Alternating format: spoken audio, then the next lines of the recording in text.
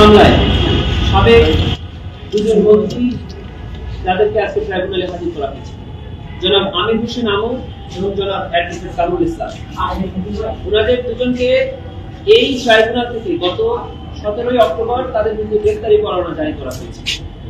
পরবর্তীতে তারা দুজন গ্রেফতার হয়ে ঢাকা আদালতে উপস্থাপন করা হয়েছে এবং নিউ মার্কেট এলাকার একটি মামলায় তাদেরকে গ্রেফতার দেখানো হয়েছে। পরবর্তীতে আমরা 2 ডিসেম্বর ট্রাইব্যুনালে তাদেরকে উপস্থাপনের জন্য একটি আবেদন করি, যে আবেদনটি ট্রাইব্যুনাল মঞ্জুর করে আজকে দিন ধার্য করেন তাদেরকে ট্রাইব্যুনাল উপস্থাপন করার জন্য। সেই প্রেক্ষিতে আজকে কারা কর্তৃপক্ষ এই দুজন ব্যক্তিকে ট্রাইব্যুনালে উপস্থাপন করেন। তাদের বিরুদ্ধে ইতিমধ্যে তদন্তে যে সমস্ত অভিযোগ পাওয়া গিয়েছে আমরা সেগুলোকে ট্রাইব্যুনালের সামনে পড়ে শুনিয়েছি, তারাও শুনেছেন। ট্রাইব্যুনাল পরবর্তীতে আমাদের আবেদন মঞ্জুর করে তাদেরকে ট্রাইব্যুনালের মামলায় গ্রেফতার দেখিয়েছেন এবং কারাগারে প্রেরণের নির্দেশ দিয়েছেন। পরবর্তীতে 18 ডিসেম্বর এই মামলার নির্ধারিত তারিখ আছে, সেদিনকে তাদেরকে অন্যান্য আসামিদের সাথে পুনরায় উপস্থাপন করা হবে 18 ডিসেম্বর।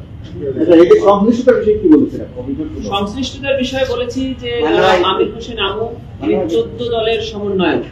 14 দলের সমন্বয়ক থাকা অবস্থায় 19 জুলাই 2024 তারিখ সারা দেশব্যাপী যখন মানবতা বিরোধী অপরাধ চলমান আছে, গণহত্যা চলমান আছে, তখন 14 দলের একটি বৈঠক সংগঠিত হয় গণভবনে। এই বৈঠকে তিনি একজন নেতৃত্ব স্থানীয় ব্যক্তি ছিলেন এবং সেই বৈঠকে কারফিউ জারির সিদ্ধান্ত এবং কারফিউয়ে দেখা মাত্র গুলির সিদ্ধান্ত হয়।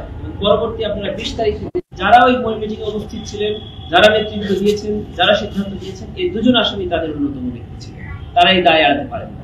জনাব অ্যাডভোকেট কামরুল ইসলাম এমপি ছিলেন ঢাকা নিউ মার্কেট এলাকায়। আপনারা জানেন তার এলাকাতে কি নৃশংসভাবে হত্যা হয়েছে। ঢাকা 2 আসনের এমপি হিসাবে তার এলাকায় অসংখ্য ছাত্র জনতাকে গুলি করে হত্যা করা হয়েছে।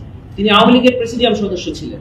তার আওয়ামী লীগের প্রেসিডিয়াম সদস্য থাকা অবস্থায় আওয়ামী লীগ দলীয় সিদ্ধান্ত নিয়ে ছাত্র আন্দোলনের বিরুদ্ধে অবস্থান নেয় এবং